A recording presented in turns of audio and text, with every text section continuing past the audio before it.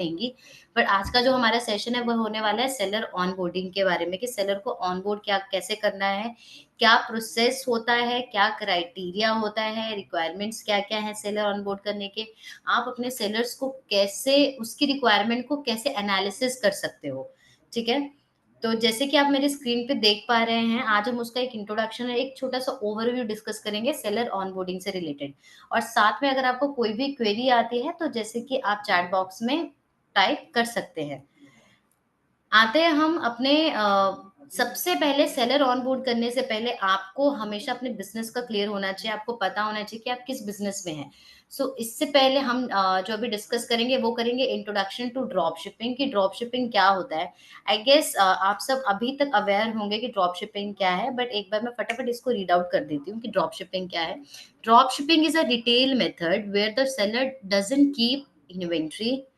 Product are shipped directly from third party supplier to the customer. Drop shipping क्या है? It's a kind of business, online business, जिसमें seller को अपने पास inventory रखने की जरूरत नहीं होती है। जब भी उसको ऑर्डर आता है तो वो ऑर्डर डायरेक्टली शिप हो जाता है, जिससे उसके सप्लायर से, ठीक है, जो थर्ड पार्टी सप्लायर है जिससे वो ड्रॉप शिपिंग सर्विसेज ले रहा है, उसके थ्रू उसका जो प्रोडक्ट ऑर्डर है वो डिलीवर हो जाता है उसके कस्टमर को। इसका इम्पोर्टेंट की फीचर क्या है? No need to maintain the inventory, lower startup capital and offer a wide range of products. देखिए, सिंपल है, अगर आपको ऑनलाइन बिजनेस करना है, ठीक है, तो ऑनलाइन बिजनेस के लिए क्या क्या चीजें रिक्वायर्ड होती हैं? आपके पास इन्वेंट्री होना चाहिए, प्रोडक्ट होना चाहिए, प्रोडक्ट आप स्टोर करके रखेंगे, मीन्स आप एक इन्वेंट्री बना रहे हैं, ठीक है। फिर उसके ऊपर आपका एक बहुत बड़ा इन्वेस्टमेंट जाएगा, क्योंकि आपने प्रोडक्ट खरीदे हैं, मतलब उस पे आपने एक एडवांस पेमेंट करा है। उस देन उस प्रोडक्ट को आप स्टोर कर रहे हैं, उसके लिए आपने चाहे कोई वेयर हाउस लिया हो, चाहे अपने घर का कोई रेंट लिया, स्टोर स्टोर लिया हो रेंट पे, या आपने अपना घर यूज किया, ठीक है। बट स्टिल आप वहां पे एक इन्वेस्टमेंट करें, जो आपका बहुत बड़ा इन्वेस्टमेंट जाता है। थर्ड, उसके बाद आप सारे प्रोडक्ट्स में डील नहीं कर सकते, राइट? अगर आप सेल करेंगे ऑनलाइन तो आप स्पेसिफिक एक या दो प्रोडक्ट में जाएंगे, और हो अगर इन केस क्या, अगर वो प्रोडक्ट आपके सेल ही नहीं हो पाए, या फिर उस कैटेगरी की या उस प्रोडक्ट की डिमांड ही ना हो। फोर्थ, आपको वो प्रोडक्ट सेलेक्ट, चलो आपने मान लो कि आपने प्रोडक्ट सेलेक्ट कर लिया, बट सेलेक्ट करने के बाद, प्रोडक्ट सेलेक्ट करने के बाद आपको उसकी फोटोग्राफी करनी होगी, उसको लिस्ट करना होगा, प्रोडक्ट आउट ऑफ स्टॉक हो जाए तो उसको इन स्टॉक करना पड़ेगा, प्रोडक्ट का आपको ऑर्डर आएगा तो वो ऑर्डर पैक करना पड़ेगा, उसको डिलीवर करवाना पड़ेगा कस्टमर को, फिर जब कस्टमर रिटर्न करेगा तो वो भी आपको खुद ही मैनेज करना पड़ेगा। ये होता है ई कॉमर्स में। लेकिन ड्रॉप शिपिंग एक एडवांस आ जाता है, जिसमें क्या है कि आपने अपने पास तो स्टॉक रखा नहीं है, राइट? तो आपने अगर अपने पास स्टॉक नहीं रखा है, तो आप मैनेज करने की ज़रूरत नहीं है, तो ये वाली चीज़ जो है वो आपके पास कम हो जाती है, मतलब इसकी आपको ज़रूरत ही नहीं है। देन लोअर स्टार्टअप कैपिटल, अगर आपको स्टार्ट करना है तो बहुत कम इन्वेस्टमेंट से आप इसको स्टार्ट कर सकते हो।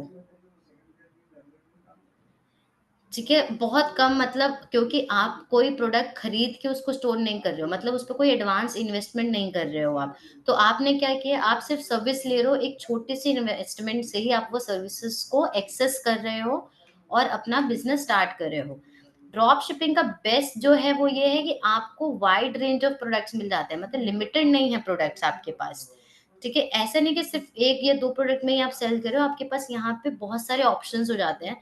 तो अगर मान लो आप चाह रहे हैं कि मेरे को ई ऑनलाइन में या ई कॉमर्स में अपना एक लॉन्ग टर्म बिजनेस बनाना है, तो विल रिकमेंड कि आप पहले ड्रॉप शिपिंग के साथ जाओ, ठीक है। क्यों? क्योंकि ड्रॉप शिपिंग में क्या होता है कि आपकी इन्वेस्टमेंट भी कम है, आपका इन्वेंटरी भी नहीं रखनी है, और आपके पास मैक्सिमम ऑप्शंस हो जाते हैं प्रोडक्ट्स के, तो आपको एक आइडिया लग जाता है कि किस प्रोडक्ट में आप लॉन्ग रन में जा सकते हैं, ठीक है। नेक्स्ट आते हैं हम टारगेट ऑडियंस। ये जो हमने ड्रॉप शिपिंग डिस्कस की, ये आपके लिए बहुत जरूरी थी। क्यों? क्योंकि जब भी आप अपने सेलर को या फिर आप अपने किसी भी लीड को या क्लाइंट को बताओगे, तो आपको कॉन्सेप्ट क्लियर होना बहुत जरूरी है कि ड्रॉप शिपिंग क्या है, मतलब आप क्या सेल कर रहे हैं। देखिए, एक सेल्स पर्सन बेस्ट तभी होता है जब उसको अपने प्रोडक्ट की नॉलेज होती है, ठीक है, और पूरा कॉन्फिडेंस होता है उसके। रिगार्डिंग। तो जब तक आपको खुद नहीं पता चलेगा कि ड्रॉप शिपिंग क्या है, जब तक आप खुद श्योर नहीं होंगे, आप कभी भी किसी भी क्लाइंट को या सेलर को पिच नहीं कर पाएँगे। तो आपके लिए ड्रॉप शिपिंग का कॉन्सेप्ट होना बहुत ज़रूरी है। ड्रॉप शिपिंग स्ट्रॉन्ग क्यों है? इसके आपको वो स्ट्रॉन्ग पॉइंट्स पता होने चाहिए जो कि एक सेलर के लिए ज़रूरी है सेल करने के लिए, ठीक है? नेक्स्ट आते हैं आपकी टारगेट ऑडियंस क्या होने वाली है। देखिए, जैसे कि आप ड्रॉप शिपिंग पिच करेंगे, तो ड्रॉप शिपिंग क्या है? Drop shipping is a kind of business जहाँ पे उसको इन्वेंटरी भी नहीं रखनी है और कम उसका टाइम कम लगना है, ठीक है? और ऐसा भी नहीं है कि फुल टाइम उसको सिर्फ़ ड्रॉप शिपिंग ही करनी है। तो अगर कोई ऐसा है जो ऑलरेडी किसी बिज़नेस में है, तो आप उनको टारगेट कर सकते हैं। जो साइड बाय साइड अपना एक इनकम सोर्स जनरेट करना चाहते हैं, आप उन्हें टारगेट कर सकते हैं। स्मॉल बिज़नेस ओनर्स हो गए, entrepreneurs with limited capital, freelancers and students भी आजकल के टाइम पे एक सेकंड ऑप्शन देखते हैं कि अपने एजुकेशन के साथ या अपनी डिग्री के साथ उनको चाहिए होता है कि इनकम सोर्स जहाँ पे वो ज़्यादा टाइम नहीं 1-2 घंटा स्पेंड करें और वहाँ से डेली बेसिस के जो भी उनके एक्सपेंसेस हैं, ज़्यादा नहीं 1000-2000 अगर उनको मिलता है वहाँ से, तो व्हाई नॉट? स्टूडेंट्स का ये माइंड रहता है, ठीक है? कि उनको ऐसे साइड बाय साइड अगर उनको कोई ऑप्शन मिल रहा है, तो वो कर सकते हैं। तो आपके लिए एक ऑडियंस जो है वो स्टूडेंट भी है जिसको आप टारगेट कर सकते हैं। फ्रीलांसर्स जो हैं जो काम करना चाहते हैं ई-कॉमर्स में, डिजिटल मार्केटर्स एंड इन्फ्लुएंसर्स। अब बहुत से ऐसे डिजिटल मार्केटर्स होते हैं, हमारे पास भी ऐसी बहुत सारी क्वेरीज़ आती है जो डिजिटल मार्केटिंग सर्विसेज़ में हैं, जिनको पूरा आइडिया है कि एड्स कैसे रन होता है, बट उनके पास क्या है कि उनके पास प्रोडक्ट नहीं है, उनके पास प्लेटफ़ॉर्म नहीं है। राइट, तो वो चीजें आप प्रोवाइड कर रहे हैं एज अ फ्रेंचाइजी। हमने आपको एक्सेस दे रखा है कि आप हमारी इन्वेंट्री यूज कर सकते हैं, मतलब उसका एक्सेस है आपके पास अपने सेलर्स को वो प्रोडक्ट सेल करवाने के लिए। तो अगर आपके पास कोई भी ऐसा डिजिटल मार्केटिंग या किसी भी फील्ड से रिलेटेड आ रहा है जिसके पास प्रोडक्ट नहीं है और वो सेल करना चाहता है, तो वो आपके लिए एक बहुत इंटरेस्टेड प्रोस्पेक्ट है। रिटेलर्स एक्सपैंडिंग प्रोडक्ट लाइन्स, कुछ ऐसे रिटेलर्स जो अपना प्रोडक्ट लाइन एक्सपैंड करना चाहते हैं, जो बल्क ऑर्डर्स में डील करना चाहते हैं, आप उनको भी टारगेट कर सकते हैं।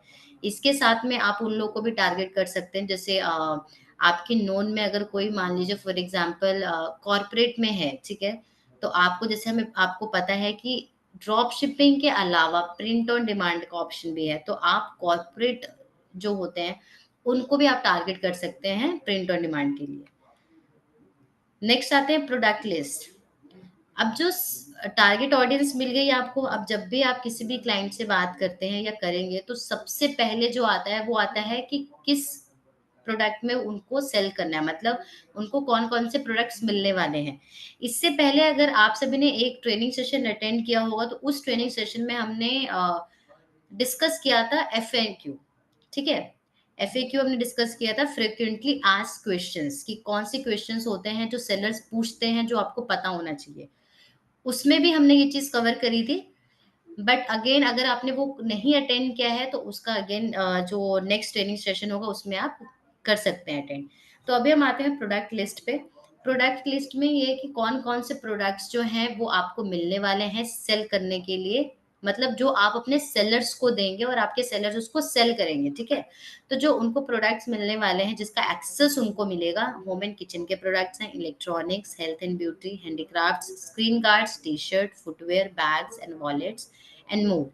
अब ये मैंने आपको कुछ कैटेगरी बताई है, इसके अंदर प्रोडक्ट सब कैटेगरीज भी आते हैं। लाइक फुटवियर में हमारे पास 3 से 4 तरह के फुटवियर है, कैजुअल शूज हैं हमारे पास, फॉर्मल शूज हैं, सैंडल्स हैं। टी शर्ट में अगेन हमारे पास ऑप्शंस हैं। स्क्रीन गार्ड्स में हमारे पास ऑप्शंस हैं, लाइक मोबाइल स्क्रीन गार्ड्स हैं, लैपटॉप स्क्रीन गार्ड्स हैं। हेल्थ एंड ब्यूटी में अपने पास ऑप्शन है कि हेल्थ ब्यूटी से रिलेटेड उसके साथ में कुछ कॉस्मेटिक के स्टोरेज बॉक्सेस हो गए, लाइक बैंगल बॉक्सेस हो गए, ऐसे कुछ बॉक्सेस हैं। होम एंड किचन में होम डेकोर से रिलेटेड प्रोडक्ट्स हैं, होम की जो यूटिलिटी प्रोडक्ट्स होते हैं वो हमारे पास है। बैग्स एंड वॉलेट्स में पास जैसे बैग्स हैं, हैंडी बैग, हैंड बैग्स हैं, पोटली बैग्स हैं। वॉलेट में अपने पास अगेन वॉलेट्स हैं, जैसे लेदर वॉलेट्स हो गए। तो ऐसे अपने पास वास्ट वाइड रेंज ऑफ उनको वैरायटी मिल जाएगी यहाँ पे प्रोडक्ट्स की, और ये इन इन कैटेगरी में वो डील कर सकते हैं। अब यहाँ पे एक सेलर का कंसर्न आता है क्या उनको ये सभी प्रोडक्ट्स मिलेंगे सेल करने के लिए? तो हमारे एंड से उनको ये सारे प्रोडक्ट का एक्सेस मिलता है सेल करने के लिए। बट अगेन ये उनकी चॉइस है कि उनको किस प्रोडक्ट में जाना है। अगर वो सब में जाना चाहते हैं तो वो जा सकते हैं, अगर वो स्पेशली किसी सेलेक्टेड कैटेगरी में जाना चाहते हैं, मेरे को इसमें से सिर्फ अगर 2-3 कैटेगरी में ही जाना है, अगर सेलर का ये डिमांड है, तो वो वैसे भी जा सकते हैं। मतलब आपके सेलर के पास, आप अपने सेलर को ओपन हैंड दे सकते हैं ये चीज़ कि अगर वो किसी इनमें से किसी भी प्रोडक्ट में जाना चाहता है, अगर सेलेक्टेड, तो वो जा सकता है, अदरवाइज़ सारे ऑप्शंस उसके लिए ओपन है। अब एक यहाँ पे कंसर्न आता है मार्केट प्लेसेस का, ठीक है? अब कुछ मार्केट प्लेसेस ऐसे हैं, हम हर मार्केट प्लेस पे ये सारे प्रोडक्ट्स नहीं प्रोवाइड करते हैं, ठीक है? ये सेलर के लिए नहीं है, ये आपके इंटरनली उसके लिए इन्फॉर्मेशन के लिए है कि हर मार्केट प्लेस पे आपको सारे प्रोडक्ट्स नहीं प्रोवाइड होंगे। हर मार्केट प्लेस के लिए हमने कुछ-कुछ सेगमेंट्स सेलेक्ट करके रखे हैं कि अगर अमेज़न पे है, तो अमेज़न पे हम इस सेगमेंट के थ्रू जा सकते हैं, फ्लिपकार्ट पे है, तो फ्लिपकार्ट पे हम इस सेगमेंट के थ्रू जा सकते हैं, और मीशो पे किस सेगमेंट, मतलब हर मार्केट प्लेस का हमने एक सेगमेंट डिसाइड करा है। और जो सेगमेंट है वो बेस्ड है एनालिसिस पे, कि रिसर्च पे, कि अमेज़न पे किस टाइप के प्रोडक्ट्स ज़्यादा बिकते हैं, किस टाइप के प्रोडक्ट की डिमांड ज़्यादा है, फ्लिपकार्ट पे किस टाइप की है और मीशो पे किसकी है।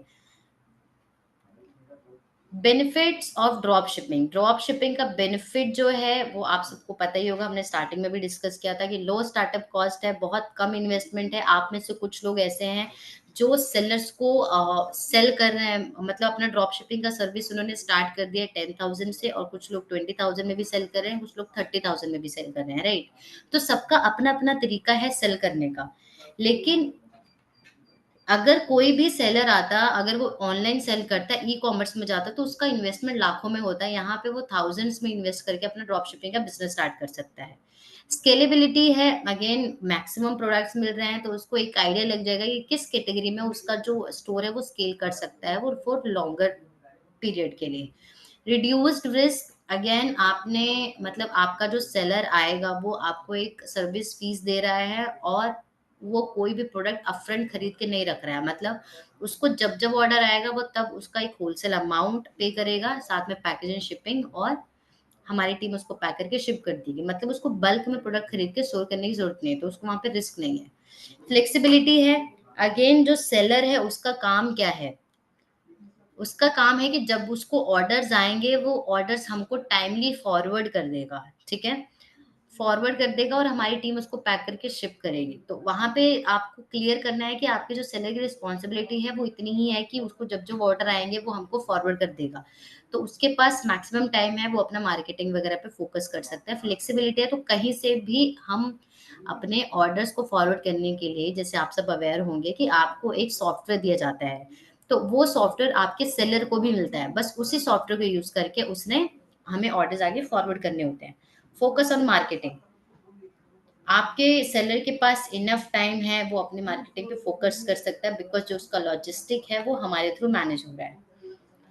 अब हम आते हैं द बेसिक जो बहुत इंपॉर्टेंट पार्ट है, दैट इज सेलर रिक्वायरमेंट्स, ठीक है? सेलर की क्या रिक्वायरमेंट है? बहुत टाइप के आपके पास जब आपको लीड्स मिलती हैं, जब भी आपकी किसी क्लाइंट से बात होती है, तो आपके पास हर तरीके के क्लाइंट्स आते हैं, हर तरीके की लीड्स आती हैं।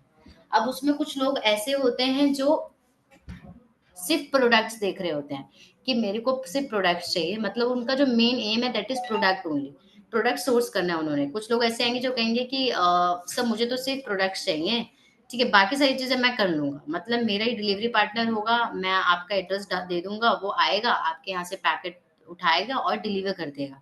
आप मुझे प्रोडक्ट का एक्सेस दे दीजिए, बाकी चीजें मैं खुद कर लूंगा, मैं लिस्टिंग भी खुद कर लूंगा और मैं मार्केटिंग भी खुद कर लूंगा, ठीक है। ये हो गया एक एनालिसिस कि आपको पता लग जाए सामने वाले की रिक्वायरमेंट क्या है, उसको सिर्फ प्रोडक्ट चाहिए।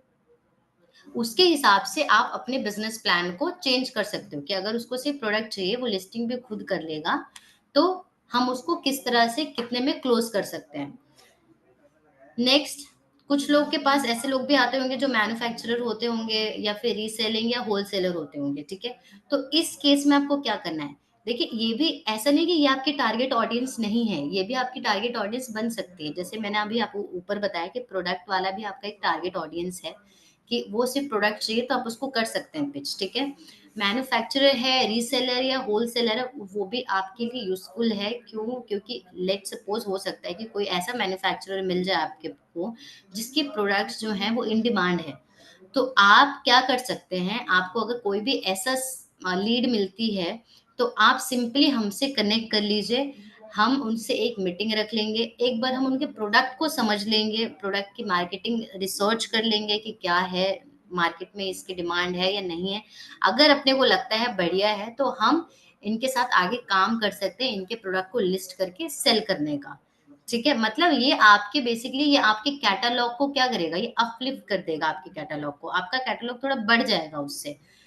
Reliable supplier, shipping capability, fulfilment ship. अब आते हैं हम कि कुछ सेलर की रिक्वायरमेंट होती है जिनको ये होता है कि क्या आप एक रिलायबल सप्लायर हैं। देखिए, रिलायबल सप्लायर क्या होता है, रिलायबल सप्लायर मीन्स कि जब भी आपका कोई भी प्रोडक्ट आपका सेलर आपको दे रहा है, मतलब उस प्रोडक्ट का ऑर्डर दे रहा है, तो आप उसको फुलफिल कर पा रहे हैं, कितने टाइम पीरियड में फुलफिल कर पा रहे हैं और किस तरह से, मतलब कितना आप एक्टिवली इन चीजों के लिए रेडी हैं। तो वी हैव एक्सपर्ट टीम, ठीक है। तो हमारा क्या रहता है कि अगर कोई भी सेलर, अगेन ये सेलर पे डिपेंड है कि अगर सेलर को ऑर्डर आ जाया है और वो विद इन 24 आवर्स हमको वो ऑर्डर फॉरवर्ड कर दे रहा है, तो विद इन 48 आवर्स वो पैकेट हमारे यहाँ से निकल जाएगा। ठीक है, तो ये आपको क्लियर करना है अपने सेलर की, आप जितनी एक्टिवली हमको अपना ऑर्डर फॉरवर्ड करेंगे उतनी ही एक्टिवली हम उसको प्रोसेस करके फुलफिल कर पाएंगे। हमारा जो फुलफिलमेंट स्पीड है दैट इज लाइक करता है इन बिटवीन 24 to 48 आवर्स, ठीक है। पैकेजिंग एंड लॉजिस्टिक रेडीनेस क्या है, वो हमारा पूरा हमारा इन हाउस है, हम खुद ही उसको पैक करते हैं और हमारे पास बहुत सारे मल्टीपल हमारे साथ लॉजिस्टिक पार्टनर जो है वो कनेक्टेड हैं, तो उनके थ्रू हम पैकेट जो है वो शिप करवा देते हैं। अब अगेन आपका क्वेश्चन होगा कि सेलर का क्वेश्चन ये हो सकता है कि मेरा कितना प्राइस आएगा, क्या मार्जिन आएगा, ठीक है, मतलब मुझे कितना कॉस्ट आपको देना पड़ेगा और मेरा मार्जिन कितना रहेगा। तो कॉस्टिंग जो रहती है वो जो आपका सेलर पे करता है वो होलसेल अमाउंट पे करता है, वो वेरी करता है प्रोडक्ट टू प्रोडक्ट। कोई प्रोडक्ट उसको 50-100 रुपए में भी मिल सकता है और कोई प्रोडक्ट उसको 500 रुपए में मिल सकता है, डिपेंड करता है प्रोडक्ट कौन से प्रोडक्ट का उसको ऑर्डर है। तो जो भी वो होलसेल अमाउंट पे करेगा वो सिर्फ आपको होलसेल अमाउंट नहीं पे करता है, वो होलसेल के साथ आपको shipping charges plus packaging charges भी पे करता है। ठीक है, ये आपको हमेशा ध्यान में रखना है कि जब भी आपका कोई भी सेलर आपसे ये पूछता है कि कितना मुझे आपको प्राइस देना पड़ेगा प्रोडक्ट का और मेरा कितना मार्जिन रहेगा, तो उसमें आपको ये चीज जरूर क्लियर करनी है कि सर आपका जो प्राइसिंग रहता है वो रहता है wholesale price plus packaging plus shipping. ठीक है, मार्जिन आपके ऊपर डिपेंड करता है। जब भी आपका अकाउंट लॉन्च होता है हमारी टीम आपको कनेक्ट करती है, वो आपसे पूछती है कि आप कितना मार्जिन रख रख के इसको सेल करना चाहते हैं, उतना मार्जिन आप रख सकते हैं, that is totally up to you. Next आते हैं कंपेटिटिव प्राइसिंग। एक क्वेश्चन ये भी आता है सेलर्स का कि मैं जो प्रोडक्ट सेल करूंगा आपके थ्रू वो सेम प्रोडक्ट और लोग भी सेल कर रहे होंगे, राइट, तो मैं कैसे compete करूंगा मार्केट को। तो इसके लिए आपको जो उसको आंसर करना है वो ये है कि जो प्रोडक्ट वो सेल कर रहा है और भी लोग उसको सेल कर रहे हैं, राइट, तो स्टार्टिंग में हमको थोड़ा सा मार्जिन के ऊपर कॉम्प्रोमाइज करना पड़ता है। हम स्टार्टिंग में क्या करते हैं, अपना जो प्राइस है उसको कम कर देते हैं ताकि आपको ऑर्डर स्टार्ट हो जाए। जब आपके एक बार ऑर्डर शुरू हो जाएंगे और उस पे आपके अकाउंट पे रिव्यू रेटिंग्स आ जाएंगी, आप अगर अपना प्राइस बढ़ाएंगे भी तो भी लोग वहां से बाय करते हैं। अगर मैं ये आपको एग्जांपल दूं, आपने खुद भी देखा होगा, किसी भी मार्केट प्लेस की बात कर लीजिए, अमेजोन, फ्लिपकार्ट या किसी के भी, सेम प्रोडक्ट दो प्राइस पे बिक रहे होते हैं। एक अगर वो प्रोडक्ट 400 में बेच रहा है और दूसरा वाला 500 या 550 में बेच रहा है, फर्क सिर्फ इतना होता है कि एज अ कस्टमर जब हम जाते हैं तो हम दोनों प्राइस पे क्लिक करते हैं, 400 वाले पे भी और 500 वाले पे भी, ठीक है। 400 वाले पे क्लिक करने के बाद अगर उस पे हमको नेगेटिव फीडबैक या रिव्यू रेटिंग नहीं दिखता है, हम उसको नहीं बाय करते, और अगर 500 वाले पे दिखता है तो हम बाय कर लेते हैं। क्या लॉजिक है इसके पीछे, सिंपल सा है कि एक ट्रस्ट गेन हो जाता है। हमने कोई रिव्यू रेटिंग देख लिया तो हमें लगता है कि हाँ, ठीक है, ये प्रोडक्ट आएगा तो अच्छा होगा क्योंकि इसको लोगों ने बाय किया है और इस पे उनके अच्छे रिव्यूज़ हैं। तो हम ₹100 एक्स्ट्रा दे के भी खुश हैं, बट अपने को प्रोडक्ट अच्छा चाहिए, राइट? तो यही तरीका है इसको बीट करने का। प्रॉफिट मार्जिन कैलकुलेशन ये इसके लिए हम डेप्थ में समझेंगे कि प्रॉफिट मार्जिन कैलकुलेशन क्या है। नेक्स्ट आते हैं second part, online presence and tools. तो जो सबसे ज़्यादा ज़रूरत है वो है कि आपको खुद भी पता होना चाहिए, जो सेलर का रिक्वायरमेंट होता है वो ये भी आता है कि मेरे को कहाँ पे मिलेगा सर्विस, मैं कहाँ पे सेल कर पाऊँगा, ठीक है? तो जो हम सर्विसेज़ देते हैं वो हम देते हैं वेबसाइट प्लस मार्केट प्लेसेस पे। Market places like Amazon, Flipkart and Meesho पे वो सेल कर सकता है। साथ में हम उनको एक वेबसाइट भी दे रहे हैं, वो वेबसाइट के थ्रू भी सेल कर सकता है, ठीक है? अब इनकी कंप्लीट ट्रेनिंग उनको प्रोवाइड होती है, मतलब आपके सेलर को भी इसका कंप्लीट ट्रेनिंग सेशन जाता है कि किस तरह से वो मार्केट प्लेसेस पे काम करते हैं और वेबसाइट पे कैसे वो ऑपरेट कर सकते हैं। कंप्लीट उनको मार्केट प्लेसेस के टूल्स के बारे में बताया जाएगा, वो वूकॉमर्स मतलब जो हमारी उनकी जो वेबसाइट होगी उसके बारे में भी बताया जाएगा। कस्टमर सर्विसेज में हम उनको क्या-क्या दे रहे हैं? कस्टमर सर्विसेज में हम उनको हैंडलिंग क्वेरीज, मतलब पहली चीज़ तो हम उनको लॉजिस्टिक दे रहे हैं, साथ में अगर उनकी कोई ऐसी क्वेरीज़ आ रही है जैसे रिटर्न रिफंड के रिलेटेड आ रही है, उसको हम उस क्वेरीज़ को भी हम हैंडल कर लेते हैं, रिटर्न्स हो गया, कंप्लेंट्स, एवरीथिंग। लीगल कंप्लायंसेस में हम उनको क्या प्रोवाइड कर रहे हैं? हम उनका जीएसटी जो है उसका सर्विस प्रोवाइड कर रहे हैं, मतलब अगर कोई ऑनलाइन सेल करना चाहता है, तो जीएसटी रजिस्ट्रेशन हम उनका करवा के देते हैं। तो ये कुछ सेलर्स की रिक्वायरमेंट होती है जो हम फुलफिल कर रहे हैं। आई गेस आपको ये क्लियर होगा कि मतलब एज़ अ फ्रेंचाइज़ी आप सेलर की क्या-क्या चीज़ों को कवर कर रहे हो और कैसे काम करेंगे आप सेलर्स के साथ। क्लियर है आप सभी को ये?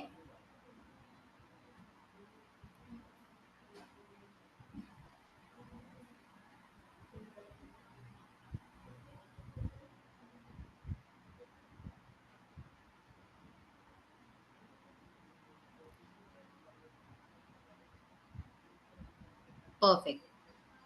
नाउ ऑनबोर्डिंग प्रोसेस क्या है?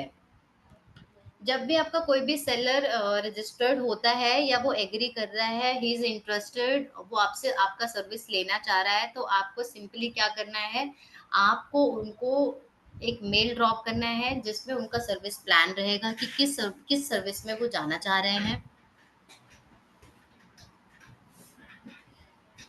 जो सबसे पहला पार्ट रहता है that is seller registration. Seller registration में क्या रहता है कि clients need to buy the drop shipping service plan, जिस भी प्लान में आप डील कर रहे हैं या जिस प्लान में वो इंटरेस्टेड है, जो भी प्लान वो लेना चाहता है वो उसको बाय करना पड़ेगा। एंड जब वो एक बार आपसे प्लान परचेस कर लेगा, देन आप उसको एक वेलकम मेल भेजेंगे जिसमें आप उसके प्लान की पूरी डिटेल्स भेजेंगे, ठीक है? जैसे एज ए फ्रेंचाइजी आप हमारे साथ ऑन बोर्ड हुए, जिसमें हमने आपको एक रजिस्ट्रेशन के बाद एक मेल गया होगा आपको, और उस मेल में आपको डिटेल्स मेंशन होंगी। वैसे ही जब आपका कोई क्लाइंट ऑन बोर्ड होता है तो आपको उसको एक मेल करनी होती है। मेल आप कैसे करेंगे? उसके लिए आपको एक बिजनेस मेल जो होता है वो असाइन होता है, जो आपकी वेबसाइट से ही वेबसाइट के थ्रू ही आपको मिलता है। नेक्स्ट आते हैं हम जीएसटी रजिस्ट्रेशन। सेलर जैसे आपका रजिस्टर्ड हो गया, उसने प्लान बाय कर लिया, ठीक है? सो फर्स्ट स्टेप इज आपको सबसे पहले वो सेलर का जो इंफॉर्मेशन है वो सब कनेक्ट पैनल पे डालना है, ठीक है? आपको सब कनेक्ट पैनल पे अपना टिकट रेस करना है कि आपका ये क्लाइंट है, ये सेलर है, ऑन बोर्ड हुआ है, इसने ये वाला प्लान लिया है, और वो प्लान आपको वहाँ पे मेंशन करना है। अगर आपकी उससे कोई और बात हुई है, जो भी आपकी कॉन्वर्जेशन हुई है, ठीक है, जो भी टर्म्स कंडीशन पे आपकी बात हुई है, आपको वो सारी चीजें जो है वो अपने सबकने सॉफ्टवेयर पैनल के थ्रू हमको एक टिकट रेस कर देनी है। देन हमारे एंड से जो रहेगा वो रहेगा कि हम आपके सेलर का अगर उसके पास जीएसटी है तो ठीक है, नहीं तो हम सबसे पहले क्या करेंगे, हम उसका जीएसटी अप्लाई करेंगे अगर उसने मार्केट प्लेस का प्लान लिया है तो। जीएसटी अप्लाई करने के बाद हम उसका सेलर अकाउंट क्रिएट करेंगे अमेज़न, फ्लिपकार्ट, इन सब पे, मार्केट प्लेसेस पे, और साथ में अगर उसने अपना वेबसाइट वाला प्लान लिया है तो हम उसका वेबसाइट क्रिएट करेंगे, ठीक है? जैसे ही ये हो जाएगा उसके बाद उसका ट्रेनिंग एंड ओरिएंटेशन स्टार्ट हो जाएगा। टेक्निकल सेटअप करेंगे, मतलब उसके वेबसाइट में जो भी चीज़ें हैं, उसके साथ में उसको सब कनेक्ट पैनल का देना, ये सारी चीज़ें उसको मिलेंगी। वेबसाइट डेवलपमेंट रहेगा, बिज़नेस जैसे ही लाइव हो जाएगा, फिर उनको ऑनगोइंग सपोर्ट हमारे थ्रू मिलता रहेगा। पेमेंट प्रोसेस क्या होता है? जब भी आपको कोई सेलर ऑन बोर्ड होता है, उसके लिए पेमेंट का एक कंप्लीट प्रोसेस है। फर्स्ट पेमेंट जो होता है, टोटल जो फीस है, मान लीजिए अगर उसने 30,000 का प्लान लिया है, तो 30,000 का 30% जो है वो आपको ड्यूरिंग द रजिस्ट्रेशन करेगा। मतलब फर्स्ट पेमेंट उसका 30% होना चाहिए। फिर आपके एंड से उसको एक मेल चला जाएगा, welcome mail.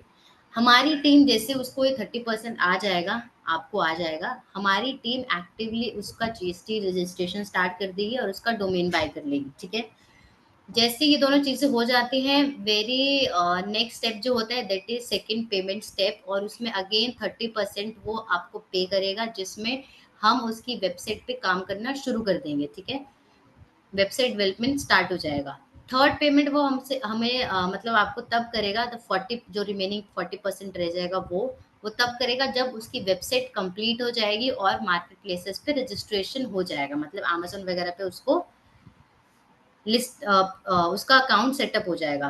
Payment process clear है आपको कि अगर कोई भी आपका सेलर ऑन बोर्ड होता है तो उसका पेमेंट प्रोसेस क्या रहेगा? 30-30-40। ठीक है, 30% ड्यूरिंग द रजिस्ट्रेशन, जिसमें हम उसका जीएसटी रजिस्ट्रेशन करेंगे और डोमेन बाय कर देंगे। सेकंड, जैसे ही उसका डोमेन बाय हो जाएगा, वेबसाइट डेवलपमेंट होने से पहले वो हमको अगेन 30% पे करेगा। जैसे वो 30% पे करेगा तो हम उसका वेबसाइट डेवलपमेंट स्टार्ट कर देंगे। जैसे उसका वेबसाइट डेवलप हो जाएगा और उसका जीएसटी भी आ जाएगा, तो हम उसका मार्केट प्लेसेस पे रजिस्ट्रेशन कर देंगे। ये दोनों चीज़ जब उसकी कंप्लीट हो जाएंगी, तो रिमेनिंग जो 40% पेमेंट है वो पे करेगा। तो ये पेमेंट प्रोसेस है आपके सेलर्स को ऑनबोर्ड करने का। अगर आपका कोई भी ऐसा सेलर है जो वन टाइम इन्वेस्ट कर सकता है, वेल एंड गुड, आप उस अपने हिसाब से भी देख सकते हैं। ये हमारा एक स्टैंडर्ड पेमेंट प्रोसेस रहता है कि अगर आपको एक प्रॉपर स्टैंडर्ड में जाना है तो आप इसको ऐसे फॉलो कर सकते हैं, 30, 30 एंड 40। ठीक है, 30,000 के प्लान में है तो आपको वो पहले पे करेगा 9,000 for the GST registration, domain purchase, हम उसका जीएसटी कर देंगे एंड डोमेन बाय कर लेंगे। सेकेंड, वो हमको 30% फिर से करेगा, 9,000 वो हमको करेगा जब जैसे हमारे पास उसका मतलब 18,000 आ जाएगा, हम उसका वेबसाइट डेवलपमेंट शुरू कर देंगे। ठीक है, एंड जो भी रिमेनिंग पेमेंट रह जाएगा वो हमको करेगा जब उसकी वेबसाइट कंप्लीट हो जाएगी और मार्केट प्लेसेस पे रजिस्ट्रेशन शुरू हो जाएगा। So this is the payment process. या तो आप इसका स्क्रीनशॉट ले लीजिए या फिर आप इसको नोट डाउन कर लीजिए, बिकॉज ये आपको बहुत हेल्प करेगा। हमारे मैक्सिमम जो फ्रेंचाइजी है वो इसी पेमेंट प्रोसेस के थ्रू काम करते हैं और बहुत स्मूथली उनके जो सेलर्स हैं वो पेमेंट भी कर पाते हैं और साथ में उनके सेलर्स ऑनबोर्ड भी हो रहे हैं। बिकॉज क्या है कि अगर वो 30% पे कर रहा है और साथ साथ में चीजें काम हो रही हैं उसकी, तो उसको भी एक ट्रस्ट रहता है कि ठीक है, काम हो रहा है मेरा। ठीक है, तो ये पेमेंट प्रोसेस आपको फॉलो करना है अगर आप कोई भी सेलर ऑनबोर्ड करते हैं तो। एक जर्नल ओवरव्यू था आज का हमारे ट्रेनिंग सेशन में कि हमारा जो सेलर ऑनबोर्ड होगा उसका प्रोसेस क्या है। तो प्रोसेस बहुत सिंपल है। आपका जब भी कोई भी सेलर ऑनबोर्ड होगा, वो आपको जो भी प्लान में वो बाय करेगा, प्लान बाय करने के बाद मतलब जब वो आपको 30% पे कर रहा है रजिस्ट्रेशन का, ठीक है, ये 30% पे जैसे ही करेगा, आपकी रिस्पॉन्सिबिलिटी ये होगी कि आप उसको मेल करेंगे और साथ में उसका जो भी उसने प्लान लिया है वो सारे टर्म एंड कंडीशन मेल में मेंशन होगा और हमारी टीम उसका जीएसटी रजिस्ट्रेशन स्टार्ट कर देगी और डोमेन बाय कर लेगी। सेकंड पेमेंट वो तब करेगा जब हम उसका वेबसाइट का सॉरी, जब हम उसका वेबसाइट स्टार्ट कर देंगे, रिमेनिंग 30%। ठीक है, तो इसका क्या रहेगा, हैंड टू हैंड इसका काम चलता रहेगा।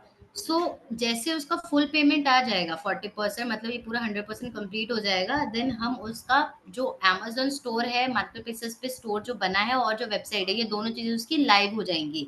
लाइव होने के बाद उसको ट्रेनिंग स्टार्ट हो जाएंगे, तो वो डेली बेसिस पे जो भी उसकी ट्रेनिंग्स हो रही है उसको ज्वाइन करके अपने मार्केट प्लेसेस के बारे में इंफॉर्मेशन ले सकता है। वो मतलब हमारा बेसिकली उसको ट्रेनिंग सेशन हर मार्केट प्लेस का जाएगा और ये चलता रहेगा जैसा आप सबकी ट्रेनिंग्स चल रही है वैसे। तो ये है सेलर ऑन बोर्ड करने का सिंपल सा तरीका। ठीक है, मतलब प्रोसेस कि क्या करना है। आपका जो पार्ट है उसमें सिर्फ इतना ही है कि आपको सेलर ऑन बोर्ड करना है और उसको ये मेल ड्रॉप करना है। ठीक है, मेल ड्रॉप करने के बाद जो उसका उसका बिजनेस जो भी हम सेटअप करेंगे उसके लिए टीम कनेक्ट कर लेगी।